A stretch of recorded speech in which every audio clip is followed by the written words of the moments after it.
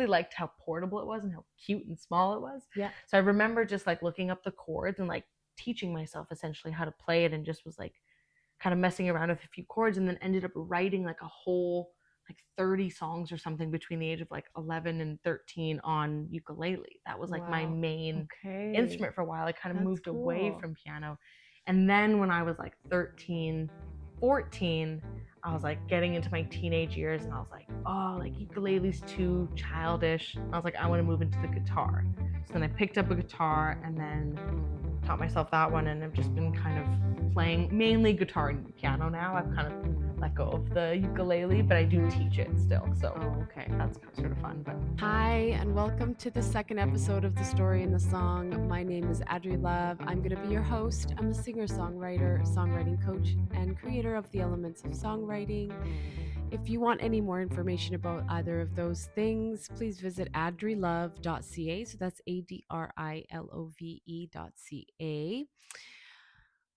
I just want to say thank you to everybody who has listened to our debut episode with Troy Gilmore so far. Thank you so much. I really, really appreciate it. Thanks for following along on the channels. It just really means the world to me. So thank you for that. I think you're going to be excited about this next conversation. This person is just such a lovely human being. Her name is rebeccasichon.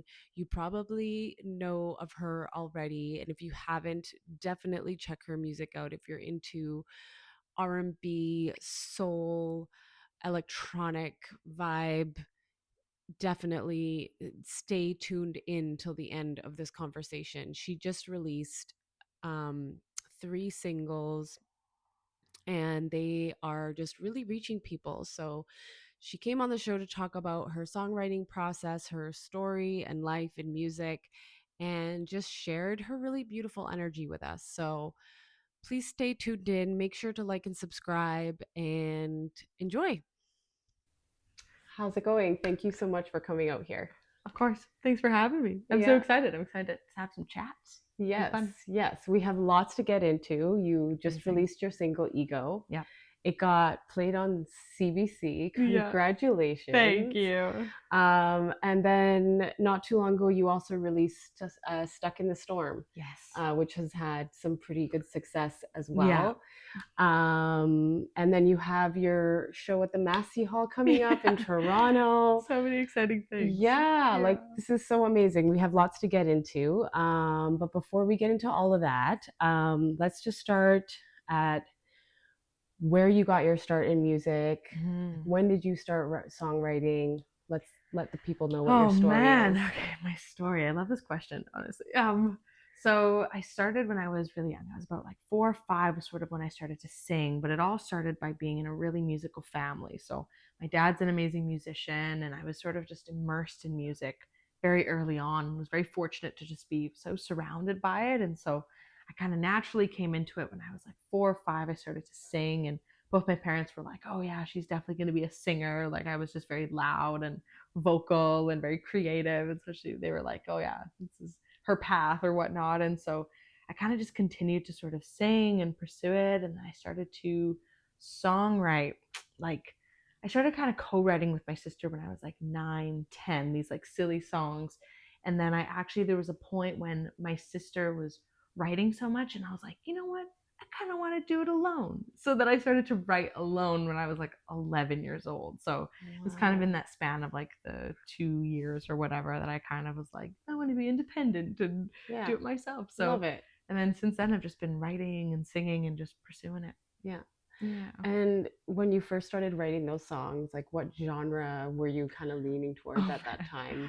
I don't even know if I can put it into a box, but I think a lot of it was so inspired by the music that I'd grown up listening to, which was very folk, Eastern European, like Ukrainian songs, like energetic, like Romani gypsy songs, like these very interesting sort of genres that my dad was bringing home a lot. So I would say a lot of them were in that world, but also very emotional. I've always been very sort of like an emotional person. I love sort of sad songs, emotional ballads. So I remember like my first ever song I wrote all by myself was a song called The Seasons. And every verse was just about the season. So it was like summer, fall, winter, spring. And I just kind of went through like the emotions of the seasons. And it was a very like ballady song written on piano. So I love I it. guess that and like the folky stuff. Yeah. Yeah. Yeah. And coming from a musical family, like I always wonder like how like laid back or chill the parents are about you getting into that field. Did you Right. feel like you had a lot of freedom to just like Totally. they weren't like you're getting in lessons and you're like Oh following man. suit. They were they I just mean, like in that case, I was like very early on when I was 7. My dad's like, "You're doing Royal Conservatory piano, classical. Like, you have no choice." I was like, okay. "Okay." Okay. But his whole thing was like, "I want you to learn this very classical theory skill, so then you can accompany yourself."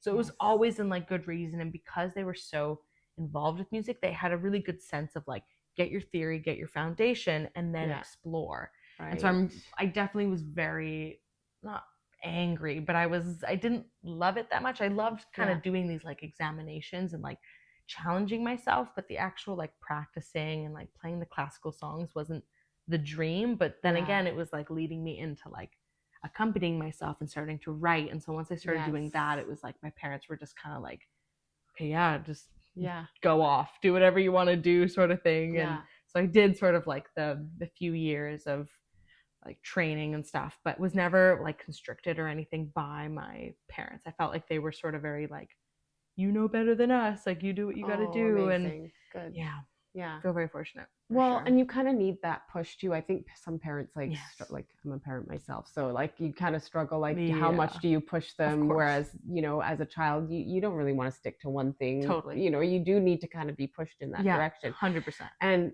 I can definitely hear like that training in your compositions, like just the feel and the technicality of your songs, like are just it's so beautiful. So I'm like that. I'm thankful Thanks, Dad. for your dad. Appreciate it. Because discipline is freedom, right? You get through the hard part, and it just opens up these doors down the road, right? So and so piano was your first instrument, but you're a multi-instrumentalist. Like you're a vocalist, you also play guitar. Yes. Is there anything else I'm missing? Ukulele. I actually started with ukulele after piano. So I did piano, and then when I was like 10, it was actually kind of my dad's suggestion. He was like, you know what, it's tough to haul around a piano. Like, why don't you learn a mobile instrument? And I was like, okay, like I'll just pick up a ukulele. And I really liked how portable it was and how cute and small it was. Yeah. So I remember just like looking up the chords and like teaching myself essentially how to play it, and just was like kind of messing around with a few chords, and then ended up writing like a whole like 30 songs or something between the age of like 11 and 13 on ukulele. That was like my main instrument for a while. I kind of moved away from piano. And then when I was like 13, 14, I was like getting into my teenage years, and I was like, oh, like ukulele's too childish. I was like, I want to move into the guitar. So then I picked up a guitar and then taught myself that one, and I've just been kind of playing mainly guitar and piano now. I've kind of let go of the ukulele, but I do teach it still. So that's kind of sort of fun. But nice. Nice. But your like technical training is mainly on piano. Yeah, right? Like I don't have any like technical training in guitar. I did like a couple lessons here and there, but I never like stuck to it, which is something now as an adult I'm like, I would love to go back and do like proper guitar lessons and learn the theory, because it would be pretty like it's the same theory. It's just on a different instrument and a different sort of system. So I think it would make like I've taught myself a decent amount, but definitely like not as much as the teacher would. So nice. Amazing. And there's no recordings of you with the ukulele.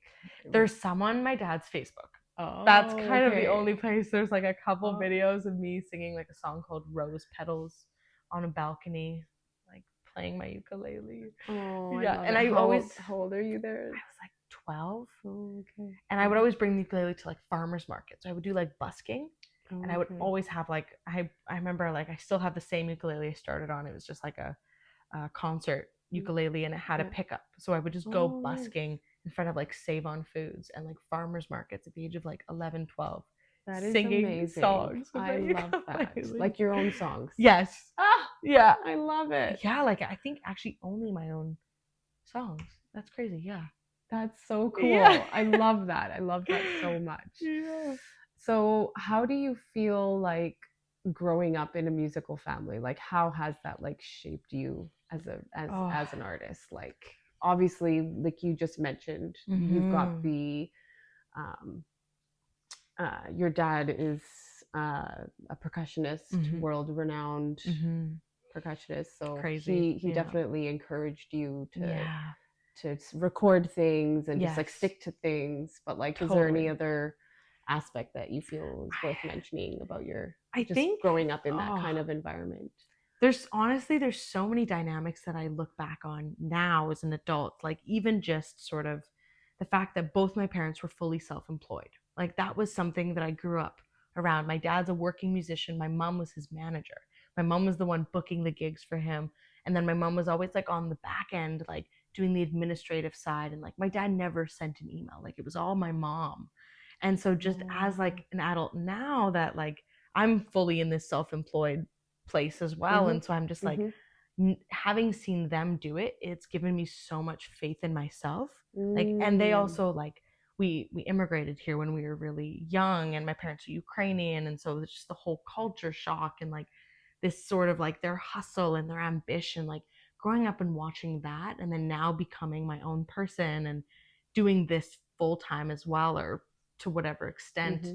Like it's just I feel so I'm like it's possible because they did it. They they struggled a Right. lot and they still continue to they're in this place now where they're like they should be retiring and they're like looking for work and stuff, and so they'll always be working, but they've been able to do what they've loved to do their entire lives. So I think it just I grew up with this like really strong respect for that aspect, Mm.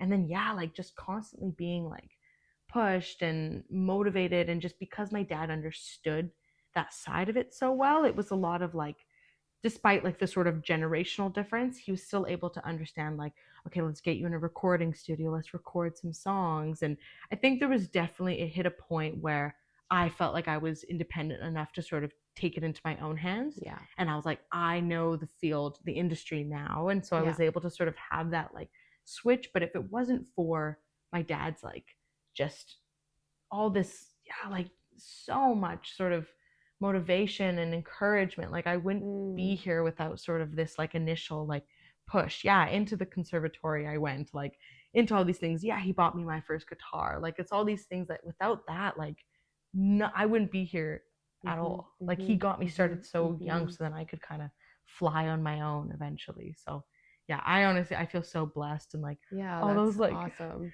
like those teenage angst years of like, oh, why'd you put me in piano? Like now I'm like, thank you, Yeah. thank Yeah. you for pushing me, thank you for telling me that I needed to practice. Like, thank you, because otherwise, like, I Yeah. wouldn't have done it myself. Yeah. Oh, So for sure. You're a yeah, kid. You're yeah, yeah. I didn't care, Yeah. honestly, to be frank. Yeah. No, that's awesome. Yeah, because we were just listening to some of like your first EP that you released in 2009, no, Yeah, 13, so and you were 13, 9 years old. So check that out. It's on her YouTube channel if you want yeah, to take a time, like a it's a little time travel, yeah, time travel. capsule, yeah. Those songs are adorable, and I love that, I feel like those songs probably wouldn't exist if it wasn't for your dad being like, let's like record Totally, this, like, because totally. what 9-year-old is going to be like, I want to record my song, right? I mean, Like, honestly, once the opportunity presented itself, I was like, yeah. I remember yes. like being in that studio. I was like, this is my life. I'm a superstar. Like I've always felt very like, Okay. yeah, the attention's on me. I love it. Yeah. Like every like artist, okay? yeah, Like we I all love it. suppose. Yeah, we love it. It's amazing. Yeah. Um, so how let's jump into a little bit of the of your songwriting, like your songwriting Yeah. process. And one of the things you just mentioned, which I wanted to touch on, and that I notice about you as an artist, is that Mm-hmm. you have this ability to channel emotion and Mm-hmm. feeling, and like, even looking on your TikTok, I did a little bit of a deep dive, Oh, and I look oh. back at, you're so young and you're really channeling that emotion Mm. so young. Like, do you feel like what how did that come about to you? Was it something that was just natural for you, or that you saw? Was there, I guess what I'm trying to get at is, was there something you saw that made you want to emote in that way, or maybe you just grew up in a very passionate, emotional family, and so that's just part of who you are, right? Yeah. Like you grew up in a family of like artistic gypsies. Honestly, that's a huge one. I think just like that was my environment. My mom is very emotional, very like in tune with her emotions and very passionate about the things she does. So is my dad. He's a performer. He's did theater his whole life. Like we're just, the family is very like, you walk into my house and it's so loud. It's just so much love, so much passion. Yeah. But then also like I just remember these little points like in terms of my own songwriting and my own like emotions. I remember when I started songwriting specifically on like piano, when I'd be writing and singing, I knew that I was doing something right when I would feel something. Like there was this like physical feeling of like I would actually feel this like pain almost like in my chest where I'm like, this is making me like emote, like it feels like something. And so that was sort of like something that I'd continue to follow and sort of like, I don't know, like answer to as I continue to write. And I think there was a point in like my late teenage years and even like the last however many years where I was kind of like, oh, who am I? Like, what's my brand? And sort of getting lost in my identity. And something I've always kind of come back to is this like emotion and the fact that I feel so deeply and that these songs that I write and that I listen to and that I perform resonate so well, all because of this one thing, which is like the feeling that I get from it. So that's kind of always been something that I've like come back to. And I think as I've gotten older now, I'm like, that's honestly just the magic and the beauty of my own like creativity, and something I've also kind of always like as a child was a bit more ashamed of. Like I was called dramatic and I was over emotional and like I cry a lot. I continue to cry like every day. I'm a very like big feeler emotional person. And so I think like a lot of these years spent of like being ashamed of it, and yet now I'm like, that's actually my superpower. So yeah, kind of that sort of like, I love that realization. Yeah, that's amazing. I love how you've had enough like self-awareness to kind of, you know, see how that's transmuted into something beautiful. I try. Yeah. Like still like, I don't know. Hey, it's the process. Figuring it out. Yeah, it's never really ends the journey, does it? But that's amazing. I love the way you describe that. I love that you say that you answer to that. I think that's so amazing, and it kind of sounds like you have this embodied experience when you're really cathartic experience when you're writing your songs. And 100%. I think that does. Do you feel like you know, we can jump into some of your most recent releases, like maybe I'm wrong about this, but just by looking on Spotify, like your song Stay and Stuck in the Storm, and this most recent one, Ego, which if you haven't listened to it, it's on all streaming platforms. You got to check it out, you guys. It's so good. And including the other ones, all of it is really great. What do you think it is about those last three releases that have, like, I mean, there's been a lot of success around them. Like a lot of people are connecting to them. What do you think it is about those three songs that transmits, like, or I know it's a kind of tough to answer, right? But like, honestly, I'm curious about if you have any thoughts about that. So Stay is actually a song I released in 2021. It's an old song, but I think it's constantly just like, it's lived on. Like it's one of those songs I remember when I first made it. It's got a whole story attached to it. Actually, it was.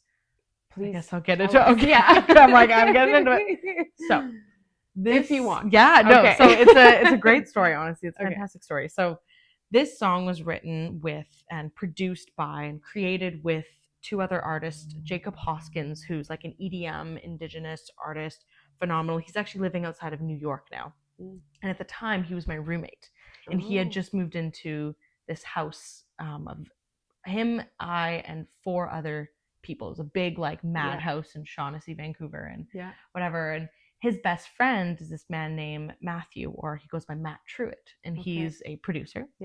And on the first day when Jacob was moving in and I was moving into this big place or whatever, I had met Matt, and he's a producer. And so the three of us were like, well, let's make a song together. And at the time, I was sort of like this young, you know, adult, and I like had met Matt, and I was like, oh, what a beautiful man. I was like, I am very interested in this man, actually. And we were like, oh, well, let's all make some music together. And he Yeah. was sort of like a hip hop R&B, and so we ended up writing, or they ended up sort of creating this beat. They wrote the beat of Stay, and we're all in the room together. And I remember that time, the day we had sort of demoed the vocals, I was getting over like a cold. I ended up like losing my voice for like 6 months of that year. It was a crazy, Oh like, my I think God. I was going a little hard. It's like Oh. I just first moved to Vancouver, and it was just a lot of like having fun and like screaming a lot, and anyway, just not caring for my voice. Anyways, besides the point. But I remember I was holding like a cup of tea, and I was just like trying to mend my voice, and this beautiful beat's coming up, and I was like, okay, well, I'm just gonna improv. And I ended up singing the chorus, which was, oh, stay and say that you want me, baby. Oh, stay just for the night, baby, stay. And I was actually referring to Matt. I wanted him to stay the night. It's Oh my gosh. It's it's like a little love hilarious. It was a letter. love letter, and it was like fully improvised, and I was just being all like silly or whatever. Anyway, long story short, we've now been together 5 years, so Oh, I it love that. totally like progressed into that. And he also raps and sings, and Yes. after he had found out that I had written that chorus in the first verse about him, he recorded a second verse, and we then recorded like a verse together. So anyway, the song was a very like progressive sort of love storyline of a song, and I think it just had so much like personal story and emotion. And like when Right. I tell people the story, they're like, it makes so much sense. And you Yeah. like listen to it back and you're like, wow, like what? And so it kind of just lived so many lives after that. And now like I perform the song live and I sing the full thing. Matt doesn't want to perform it because he plays like the cajon while we do it or whatever. Right. And so now I sing the full song through and I do it acoustic. And like last year I performed it for Honey Jam, which is why I'll be at Massey Hall, which we'll get into. But Yeah. I was part of the cohort last year and I performed it live and they recorded it. And so it kind of lived a whole nother life. And that song had gotten onto CBC in 2021 via Oh. Jacob through Oh. like the Indigenous Reclaimed sort of CBC Oh. Yes, programming yes, through yes. that. And so Yeah. yeah, like the three of us, it's funny, like Jacob's a producer and a creator on it. He didn't actually perform on it, but the three of us have just like, it became what it was because of it. So Jacob Yeah. essentially just third wheeled the whole thing and Yeah. whatever. But so that's that long-winded story about Stay, but it's kind of Okay. lived all these lives since then, and like people still say it's one of their favorite songs, and I think there's just so much, yeah, storytelling and emotion, and it's so crazy because like now Matt and I are, we're still together, and it started because of that song, and Yeah. so that's that one, and then Stuck in the Storm, next Yes. song. Which is such an amazing song. You guys Thank have to you. listen to it. Oh, Just the production on it. Like, has thank Matt you. done the production He on did all the three of these songs yes, then? yes. Okay, Yeah, so amazing. Matt, He's so he's talented. amazing. Oh, Yeah, he's phenomenal, and he's so like hip hop is his focus, but right. he's always kind of like just been so flexible to work on whatever genre I want it to be or just sort of come into my world. And Right. so he's amazing in that sense, and he doesn't give himself enough credit. He's like, oh, hip hop's really my thing, and I'm like, no, like you can do so many other things actually, Oh, like for all these different sure. genres. And so Stuck in the Storm was a song that I had written on piano. It was one of those like downloads. Like it came out in Yeah. one sitting kind of thing. And I remember I brought it to Matt the day I'd written it in the evening. I showed him, and he's like, we have to demo this. I have an idea. And so we recorded the piano, recorded the vocals, and literally the song went from like 0 to 100 within like a couple of weeks. He had fully done the production, everything was done. We'd send it off to mastering, and then I sat on it for like 2 years because I was like, I Right. want to find the right time to release it. We both had such a good feeling about it. We still say like I think it's our favorite song we ever like Yeah. created. It was just so like I'd written it or whatever, but his like electro kind of like progressive like production on it was just so fitting for it. Yes. And so I sat on it, and then I finally released it in November of 2024. And along with it came like an animated visualizer by a student in Moscow, so random, who was like a random connection through my dad. And so I kind of had like a vision for it, and then putting it out into the world. And I think because it kind of fell in this very like niche sort of genre or like feeling. And because it was released in the winter, like I had so much like I took a lot of pride in the song, and so I kind of was able to like, send it out to the right stations or like the right playlists, and sort of did all my own sort of submission for that. And I think it just like it was really like just received well by people, and it was a cool sort of song and experience, and so that lived its own life, and now it's like still doing great. And Mm-hmm. but yeah, very different from Ego than the most recent release. Yes. Another song that I released or wrote in October 2023. And it was Okay. another one of those like wrote it in one night on a guitar. It just came to me Mm-hmm. like the chorus. The next day, Matt and I get in the studio, we demo it, and then it just got produced, and then I sat on it. Same thing, this happens a lot. I Yeah. finish a song, we get it all done, and then I'm like, okay, when do I want to release it? What's the best time? And Right. so for this one, we got it out in July, and it felt like a summer song. And Right. this one I felt really good about. Like I think the common thing about all these three songs is I had so much pride in them. Like I've Mm. released a lot of other songs outside of it, but those three songs were actually the ones that I was like, I have a really good feeling about these songs because I Mm. love them. And like I Mm. love all my songs, they're my babies, but these three in particular, Stay, Stuck in the Storm, and Ego, are like maybe my favorite top three songs ever. So yeah, and Egos just kind of ran off now with like CBC and all Yes. these like, and it's a lot more commercial sounding It too. is. So Yeah. like playlists through like Submit Hub were very receptive to it, and so I was Amazing. able to sort of like get it out. And yeah, it's just such a long-winded response to your No, very I'm so short glad. question, I'm but so glad you shared all of that with yay. us. That was all the amazing background we Yeah, lots want of to know juicy and hear details. about Yeah. that. Yeah. So when you say you go into the studio, do you guys record at home, or are you going into, is Really it like half and depends. half, or? Yeah, like now we've got a studio in our space. So Nice. none of those three songs were done in the space we're in right now, but the Ego was actually, we were living in Kelowna for like a year and 3 months Okay. in the Yeah. Okanagan, and I had wrote it in our like we were staying at his dad's place, and so I wrote it there, and then we were recording at like a studio in downtown Kelowna. A good Mm-hmm. friend of his has a good space there, so we were recording that there. Stuck in the Storm was in a home studio in East Van where we lived. Mm-hmm. So yeah, kind of like all over the place, wherever we can sort of be. Stay was recorded in Jacob's bedroom in the Shaughnessy mansion, like just so random, in Yeah. like his random room. We recorded Yeah. all those vocals were original, and we kept them from that improv night too. So like Okay. just these crazy little stories about all the three songs. Yeah. Love it. Love it. Well, all three of them definitely have had an impact on a lot of people, and it seems like people are really vibing on them. So, Yeah. congratulations on that, by the Thank way. Like, you. just so, so awesome. So happy for your success. And Thank you. I love that point that you brought up about, um, like, you just believe in those songs. Yeah. And it's like, I feel like that's really important for artists to understand. Like, Yeah. when you got to stand behind your songs and your music, and have that your energy behind it, Yeah. Because if you don't believe it, no one else will. Yeah, That's the thing. It's like, exactly. even with Ego now, I'm like, oh, you know what? Like, I think this release deserves me to push it more. Like, I was going to release something in August, and I'm like, no, like, I think this song deserves more push from me, like more attention. I think I have like this like gut feeling where I'm like, this song can do more and more. And so I just sort of am trusting that. Whereas in the past, there have been songs where I'm like, oh, I don't like love it that much, but it's just like a release. And then I kind of just like, after a few weeks, I'm like, meh.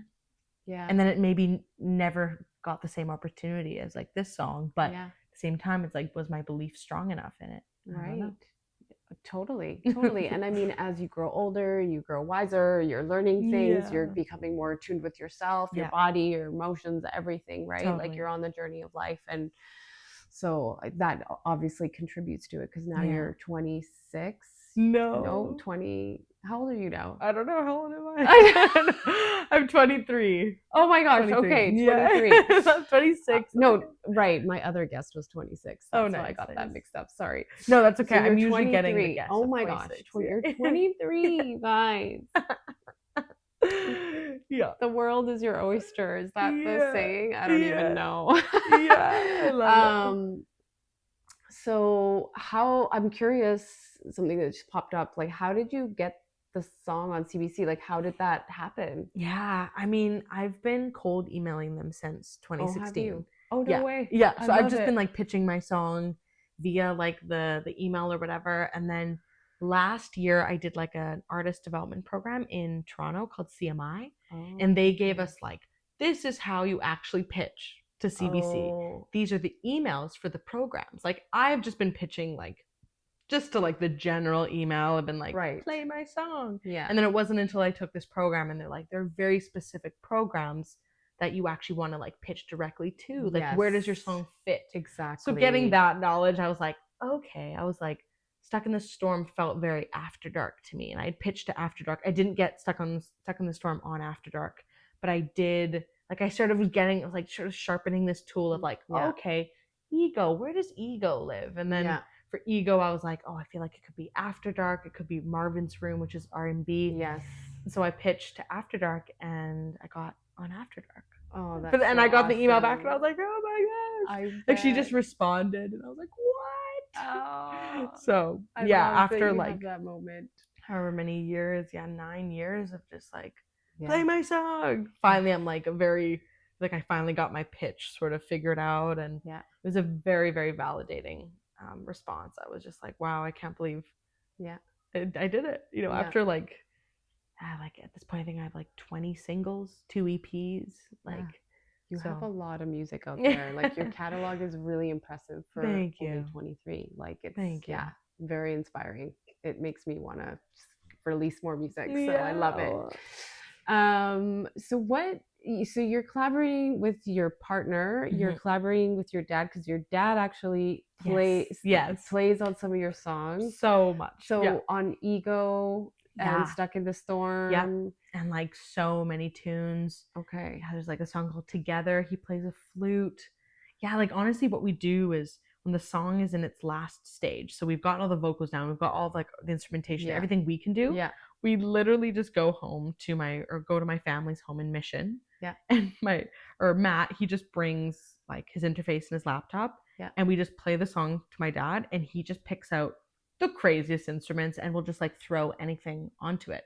And we get like, usually the sessions are like 2-3 hours. I'm just hanging out with my mom while like Matt's recording my dad, and they're having chats or whatever. And Matt will get like hours worth of like instrumentation and all these things. And then we'll sit down and we'll go through it and like pick apart things that we want, add a lot as texture. A lot more is because he plays like marimba and like these little percussive elements that were like, they don't really need like a standout place, but they feel really nice sort of tucked under to give. So if you just listen to Ego, it's like that one specifically, especially with like headphones, you can hear all these little like percussive moments. Like he has like an ocean drum in it, I think what else, like flutes, tiny little flutes he's playing. Marimba, shakers, bongo, like all these little things that are just tucked. And so that's a really cool step that we love. He just adds all this little like flavor, like seasoning to our song, and it sounds like it just works so well. Like it just flows. It's so nice. One thing I heard in the Ego track, there's like violin. There's like this violin. Actually, why don't we listen to a little bit of that right now? Would I ever know? Would I ever know when to stop? I'm pushing and shoving. No, I just can't give it no space to breathe. This part of me can never let me go. I got way too much ego. So I have always thought it was violin, but maybe it's flute. You're saying there's flute in it? Yes. Is it flute?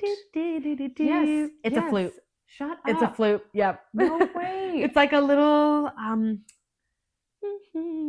it's like I want to say like a bamboo flute or something. It's very syncopated. Yes. Like just very like popping. Yes. Yeah. Matt actually took that flute riff and made a beat from it, sampled it, and like spun it and made like a hip hop beat. Oh, it's like an unreleased song right now. But like it's so fun because you can take these little components and stuff. But yes, it's a flute. Okay. Yeah. Okay. Good to know. That was always a burning question when I was listening to it. I'm like, I love that sound. I'm like, who's playing the violin? I know. It's not even a violin. Yeah. No, that's awesome. Like collaboration seems to be like at the heart of a lot of what you do. Is there any other collaborations that you've done that kind of stand out? Like, I mean, your dad, Matt. I mean, Nicholas also Yes. Nicholas Bosman, yep. He played Bass. bass And he on plays on the track. quite a few songs as well. So Nick, he's in my band with Matt. So me, Nick, and Matt are kind of like this core trio band. And then Nick will also just play bass on anything. And then, speaking of collaboration, so the three of us, me, Matt, and Nick, in the last year have been writing so many songs. Oh my So gosh. like, because Matt's very hip hop, as I mentioned. I'm very like soulful R&B, and we've definitely hit a lot of sort of like tension trying to write songs together because we sort of clash in sort of like the genre. Right. And we've always spoken about like almost like a missing piece. And then comes along Nick with all this jazz training and sort of this way to like mediate. And so the three of us writing has been like unreal. Like the three of us, it felt like he was this missing piece. And so the three of us will write, Matt or Nick will like compose something, and also me being able to like get off the instrument and let another musician like compose has been a game changer, because I think I've been like limiting myself almost with my own knowledge, and my knowledge is very classical. His is jazz. So even just that, cool. and jazz is, I mean, soul, R&B. Yes. So I've always been like more in the pop world almost because of my like limiting sort of skill set. So him coming along, it's been very like jazzy, and I've been like pushing more of the jazz. Ooh. So yeah, oh my like gosh, all I these can't songs, wait. I can't wait I'm to excited. hear what you guys do together. Very soulful, very jazzy, and I've really been trying to go that route. And then we also have the amazing Elias Serpa, who's an amazing pianist, and he's also jazz trained. So he is going to be recording like the proper piano on these songs and whatnot. And so, and then also plays in our band now as well. So we've kind of just created this like ecosystem. I think that's like the most important part, is sort of having this like this team, this like ecosystem that we can sort of work with, and then like bringing these songs to my dad, who leaves like his legacy on these songs. And like I'm able to sort of have this like very familial part to my songs that feel very sort of close to home. And like I feel bad if we don't get him on a song, like why not? And it also sounds so amazing. So like that's a huge part, of course, but it's just been really cool sort of developing that. And I think like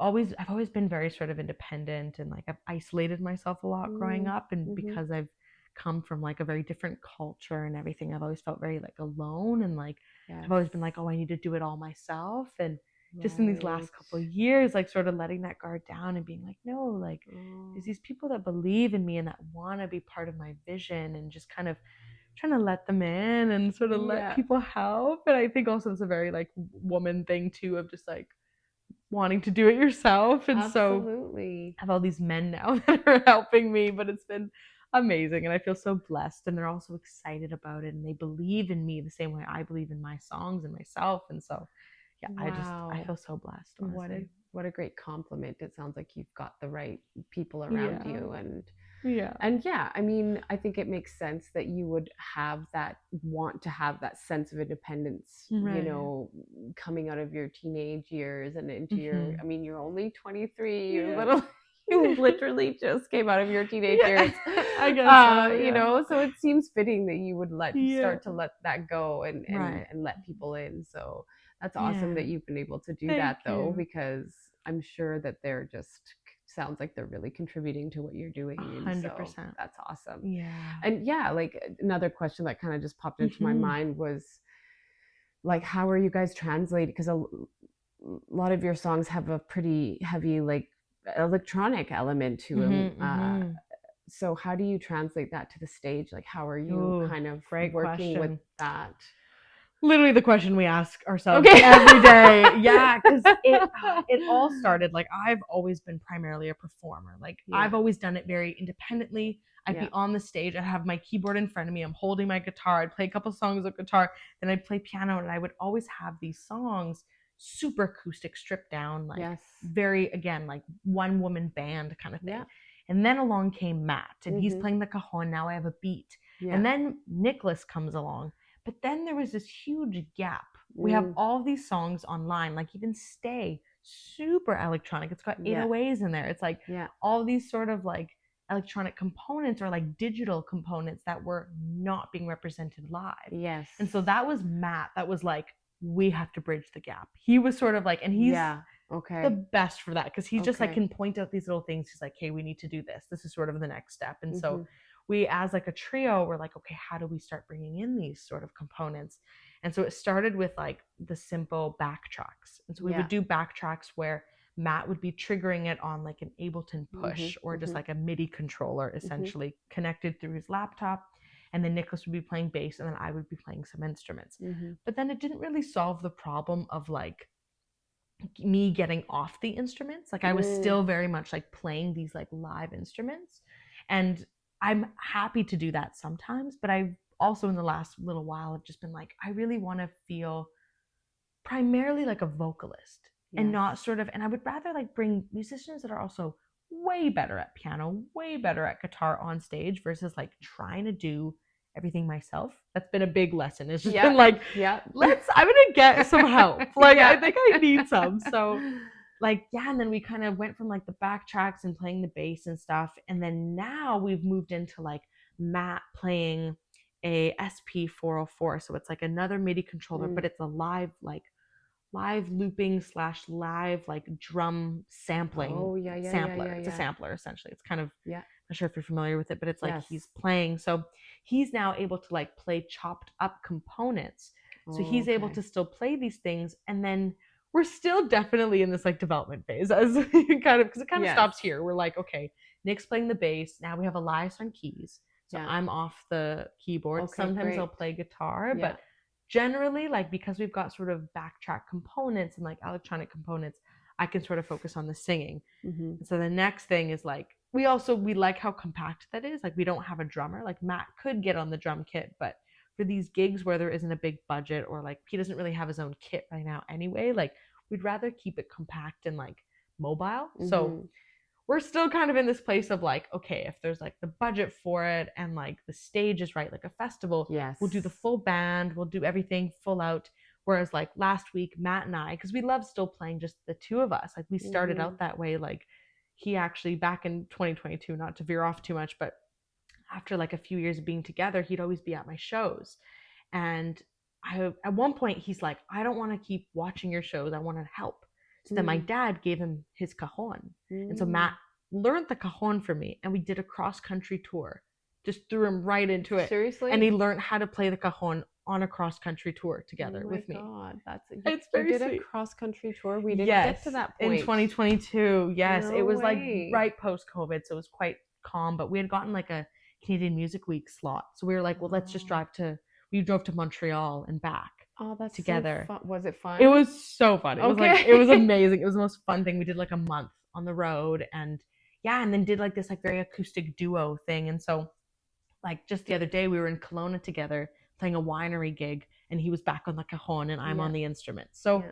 I think it's a lot of this like versatility of like depending on the gig, depending Yeah. on the environment, we'll sort of set it up. But the goal, the dream is honestly having like a big band, if not like an orchestra behind me, Yes. and just being Oh a my vocalist. gosh. Orchestra, get out. Yeah, Yes, big dream, 100%. big dream. Yeah. Yes, I I love feel like my that. responses are so long-winded. Like No, I love it. I love so it. much to talk about. Yeah, no, it's Yeah. good. I didn't even know about that cross country Yeah. tour. So that's awesome. A little blip. Yeah. Yeah. Um, so you've been releasing songs since 2013, Yes. and you were 9 years old when you did those three songs. Um, for the next generation of songwriters, like, do you have any advice for them? Oh, I love this question because I teach kids. Like I Yes. work and like my job is, working with kids, teaching children. And so I feel like I'm constantly being given this like responsibility to like encourage and like provide this environment for the next generation of songwriters Yeah. and singers and creatives. And honestly, the biggest thing is just like get rid of the judgment and just write and just create and like allow yourself to feel, and also like starting young and just like because I think it's a muscle. It's something that you work Yeah. and you build up and you sort of continue to practice. And so like a lot of the students that even come to me as like, I just want to sing, within like 2 lessons I'm like, do you want to write? Like because I want them to start being able to just like get it down on paper and express and just like get in tune with their own feelings. And because that's where it is. And especially as a child, Yes. we have so much less like these, we don't have walls up, right? An Exactly. adult songwriter Yeah. versus a child songwriter, Yeah. very different. And so if I can sort of get these children in that space and be like, just like, what do you feel? Like, Yeah. set a timer, and I'm like, write everything, write your like your feel, your taste, your smell, your hear in like this one place, and just getting them like in tune with these things. But I suppose that's a lot more of like an actual logical or like, I don't know. No, I think that's tactical or whatever, practical yeah. suggestion. But I think, yeah, just like writing and listening. Yes. I'm a big believer of like, the more music is played in your environment as a child, the more exposed you are to it, the more you're going to hear those melodies, the better your pitch will be, the better your creativity will be, and like the more open you will be. Like I listened to so many genres growing up, and now like I love all genres. Well, no, I love all genres. I respect all genres, and I think it's because of like the exposure at a young age. So that's a big one for families, like just for anyone like playing music, like or with kids or whatever. Like I think that's huge. Yeah, amazing. And so the judgment piece, how do you deal with the judgment piece in your, because we all face it as songwriters. We're all questioning, constantly, is this good? Is it not good? Am I saying it in the right way? Like, how do you kind of navigate that? Or are you still kind of figuring it out? Totally. Like, yeah. I think I always will be. Like, I think I've definitely gotten a lot better. And I think now I have all of this like proof almost, it's like I've been doing it for so long, and I've sort of had these maybe like so-called like accolades or whatever, and I'm like, okay, like these are resonating with people. And honestly though, the biggest one is like being told that like a song resonated with someone, like in person, when someone's like, your song touched me, like your song made me feel a certain way. And then it goes back to this like piece of like, maybe when I was writing that song, this like fear of like, oh, how will this be perceived? Like, how will people connect with this? And I guess just like trying to remind myself that my music is making a difference, like regardless. And so that's one piece. And then like, of course, you and I have talked about this. I mean, when we did like the songwriting course, I had expressed like, I've struggled with that, where I'd be writing and then I'm like, oh, how will this audience perceive it? What is this line funny enough? And I almost like disconnect from the writing, and I put myself in this place of like being perceived. And like, I've struggled to sort of separate the two. And I think that's something I'm still very much working on. But that's the biggest thing, is like almost just being present and grounded in the creative process, and just like putting aside sort of like the performance aspect, or like the, again, like the perception, or like the life that this song will live, because people will perceive songs very differently. And like, I think it's not up to me to sort of decide that at all, right? Exactly. So it's like letting that go. And yeah, I mean, I'm still very much learning that. So, but I think that's been a piece that I've been working on a lot. And I'd like to think. Yeah, no, absolutely. Absolutely. And obviously you've had success with it, because you're writing these songs, they're reaching people, they're touching people, you're having this impact. So clearly you are able to find a way, maybe sometimes not really sure how, but I am, like somehow, bypass, like getting in your head about things and just sticking to the feeling, emotional aspect of the song. And I think that does come with, being present and in the moment. Are there things that you do that kind of help you? Do you have like a ritual or some kind of thing that helps you get into that zone? I know, honestly, and it's like, I know it's like inspiration hits at all sorts of different times, for me as well. But I think like I've told you this one little tidbit of like something, the way that I grew up writing, and because I'm such an emotional person, I love being sort of like, I find myself actually doing this a lot, where I almost just want to like, I push my emotions as much as I can and want to like sit in the feelings more. And one way of doing that, which is almost ritualistic, is where I would like turn off all the lights in my songwriting space, turn on my piano or whatever. I was playing on an upright growing up, so nothing to turn on, but now I have to turn on my keyboard, whatever. And I let my fingers just sort of sit on the keys, and I close my eyes and I just sort of navigate it.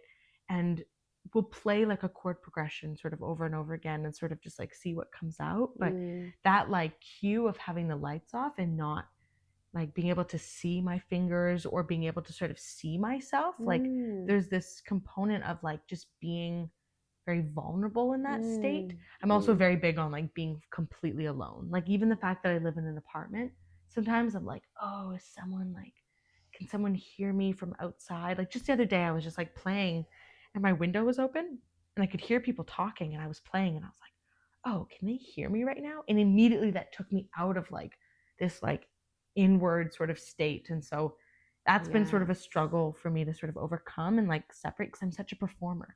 I hear them out there and I'm like, oh, can they hear me? Oh, I want to sing for them. And I'm like, no, this is for me. So that's sort of, but in terms of like a ritual, I think that's like, we've spoken about this, but that's something like I want to do better at and like sort of have like an initiation process where I like light a candle and like, I don't know. Yeah. Well, I feel like turning the lights off and like being alone, those are like your body's cue, your spirit cue to be like, okay, it's time to get this out, right? Yeah. That's awesome. Thank you. We're gonna have to wrap it up pretty soon here. This is definitely. Oh my gosh! Yeah. So fun. Yeah, I love it. You recently got accepted into the Music BC ARC program. Yes. How exciting is that? I'm so stoked. I'm so excited. Yes. Yeah. And you also have this show at the Massey Hall in Toronto for Honey Jams. Yes. 30th anniversary. Yeah, this Tuesday. So that's coming up on July 29th, I suppose. I don't know when this will be out, but maybe it already would have passed. I hope it would have been very fun. Oh, okay. So you already went to film it? No, sorry. You're still going? I'm just going July 29th. So where is it? What are we at today? Today's 27. Oh, yeah. I'm going in 2 days. Yeah, it's happening on the 30th, actually. I fly in on the 29th. Oh, okay. Come in very quick. I just mean when this is aired, it would have already happened. So. Oh, right. That's to future true. me, I hope it was fun. Yeah. I hope it was so much fun. But no, I'm very stoked. I'm very, very excited. Yeah. That's awesome. And what else is on the horizon? Do you have any more songs that you're thinking of releasing, or I have a couple in the bank, a couple that are sort of like potentially coming out for the rest of 2025. I'm sort of sitting on them because I'm like, I don't know, I kind of want to keep pushing ego. But I've got a couple coming out, and then all these songs that I've been writing with Nicholas and Matt, like we're hoping to sort of get them all done. We're going to do some recording in the next few weeks, and then ideally my debut album. So that's like the dream in the next like year or so. Like I've been saying that for like 3 years. The album. But this is like finally the time where I'm like, I feel really good about these songs. So it's more so just like finishing them, continuing to write and continuing to explore that. But that's the hope. And then next summer, just shows and touring and just keep living the dream. Yeah, keep that train going. I love it. And do you have any kind of like method for like when it sounds like your approach to releasing the songs is just like a very much feeling based process as well, like the seasons and whatnot, or do you have more of a like business approach to when you're like, I know there's so many people out there saying different things about when you should release music, etc. Can be overwhelming, but like 100%. It sounds like you just I do love the business part of it though. So I like okay. So I'll keep it short. I'll keep it quick. But I think like first off, just like looking at like I think in the past I've been very like, oh, the song's done, I'll put it out. But now I'm like very much trying to sort of tie it to like what does this song feel like season wise? Because I just want it to sit nicely for people. And so having like multiple songs before I'm actually releasing one, so then I can fit things in and not just being like, oh, the song's done, I might as well put it out, but it's like a sad song and it's June, like sort of just timing it. And then also trying to space it out so then I can sort of fill up as much time of the year with releases without like the gaps being too big. Like I've been trying to be very consistent with the releases and sort of take a break over like winter break, and just sort of let things kind of sit then, but then get back into, I don't know, kind of like keeping it consistent, but also giving space for like humans to be humans, like not releasing over Christmas. Again, like just sort of setting things up. Also like knowing my own capacity, like in the summer, I want to do shows and like I'm only one person doing all of like the business right now. So for me, it's like, okay, can I actually do like 3 releases through the summer? probably not. Like, Yeah. I have this like song that I want to release, and I'm going to Europe at the end of August for like a fun personal Yeah. trip, and I'm Yeah. like, okay, like I can't release it yet. Like, No. when am I going to sit down and pitch it? When am I going to do all this work? So Yeah. it really varies, like sort of based on like what I'm actually trying to do that year. But Right. the ideal is like getting all these songs out and sort of like having like a crescendo, so then by the time the summer comes along, I'm able to sort of play the gigs that I want to play, and then With the write. songs Totally. backing And that then up. like in the fall, winter, sort of write, get into a writing season, releasing in the spring, performing in the summer, but also sort of releasing through the year. Right. Yeah, Yeah. that's kind of what I've been trying to do. It's all very much a work in progress, but I think I'm finally, after like 8-9 years of releasing music, I'm finally like, or I guess more, like 12. I guess my own, on my own sort of Spotify would be 9 years, but Yeah. I feel like I'm finally finding like my footing, and like having all these signs where I'm like, okay, I'm doing it right, like CDC and stuff. So I think I'm just gonna keep trying and failing potentially, and just seeing how things work out. Just learning a little bit along the Yeah. way. Yeah. Amazing. Well, we are so grateful that you are doing what you're doing, because Yay. I know I love your songs, and really just have a connection to them. So, and I'm sure Thank you. so many people out there do as well. So Hmm. please make sure to check her out on all the platforms, give her a listen. Thank you so much for being here, Rebecca. This was so fun. Yeah. Thanks so much for Yeah. letting me just talk your ear off. Oh my and gosh. Answer all the questions. I love it. Yes. It's so Yes. fun. Thank Okay. you. Thank you. Amazing.